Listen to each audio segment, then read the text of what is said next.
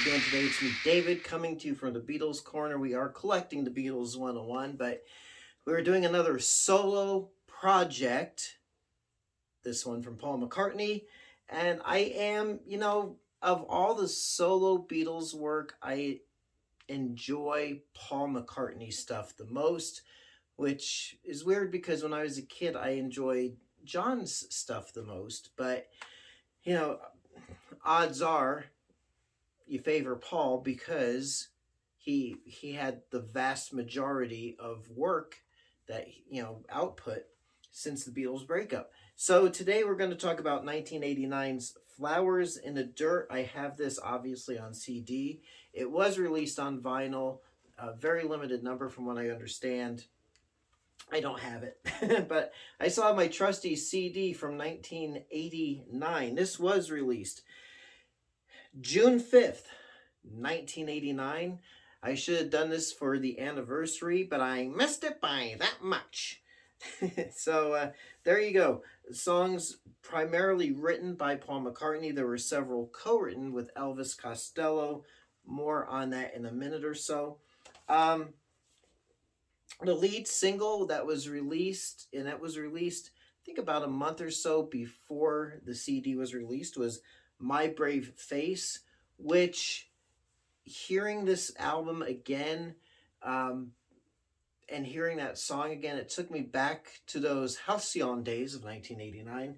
Feels and sounds very Beatles-ish. Could easily have fitted in as a Beatles song. I would say maybe around 66 or so. It would fit on Revolver, is my feeling. My Brave Face.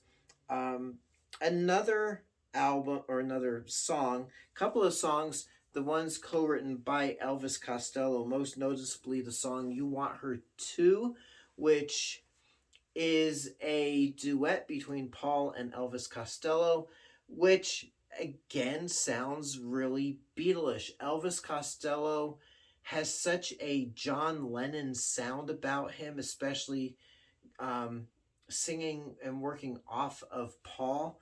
It just, it harked back to, some of these songs harked back to those Beatle days, and really, really cool. In fact, Paul, I remember, reportedly at the time had said working with Elvis Costello was a lot like working with John Lennon. But, in that vein, also reportedly, Paul had, in a way, not gotten really along with Elvis Costello. There were some creative clashes. Paul, ever the perfectionist. Elvis Costello, the punk rocker. Just a more free spirit. And that's probably, again, another thing that John and Paul clashed on, I'm sure. What else do we have here? My Brave Face, Rough Ride is another cool Paul song. A lot of songs are, I'd say they're not really commercial. They're a bit of an acquired taste, but like Rough Ride, You Want Her Too, Distractions, a very reflective song. We Got Married, Put It There, Figure of Eight. This one, Don't Be Careless Love, not one of my favorites. That Day Is Done, How Many People's a cool song. Motor of Love, it kind of reminds me of something off of the Band on the Run album, like an outtake of that. Then Oué, Le Soleil, Oué, Le Soleil closes out the album. I think that's a bonus CD track. I don't think that was on the vinyl version, but there you go. There's a little booklet inside. You need a magnifying glass to look at the lyrics. And let's see. Oh, I can tell you here. My Brave Face, You Want Her Too. What else? Don't Be Careless Love, That Day Is Done. Co-written by Elvis Costello. And yeah, it's just a little lyric booklet. not that great. I mean, just okay. And this album, CD, I call it an album because it's a collection, an album of songs. This album over here, CD album, um, really relaunched Paul's career in a way with touring, mounted a massive world tour, which, really for a good stretch of years got him back in the touring frame of mind as a solo artist.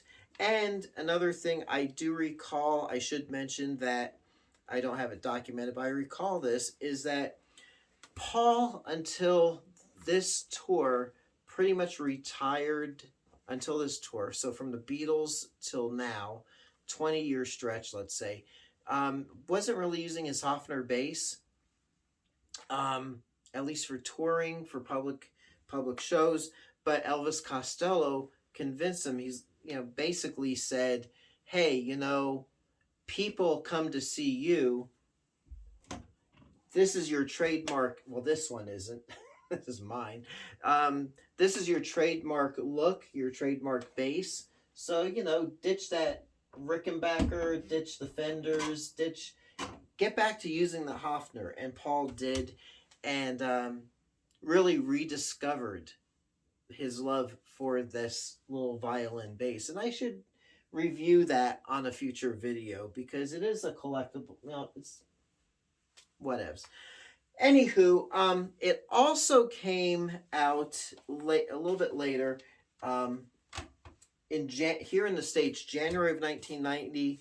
We got this world tour pack, which I will be showing you in another video. It'll probably be the next video on the channel. So there you go, Flowers in the Dirt. I really like it. It's a really cool album. It has been reissued several times, remastered, which is weird. I think in 93 it was remastered, like 4 years after it was released. Part of the Paul McCartney box set and whatnot. So there you go, Flowers in the Dirt. Cool album. In a way, it's a bit of a landmark album as well. So until next time, it's me, David, coming to you here in the Beatles Corner. We're collecting Beatles 101. Catch you on the flip side. Thanks so much for watching.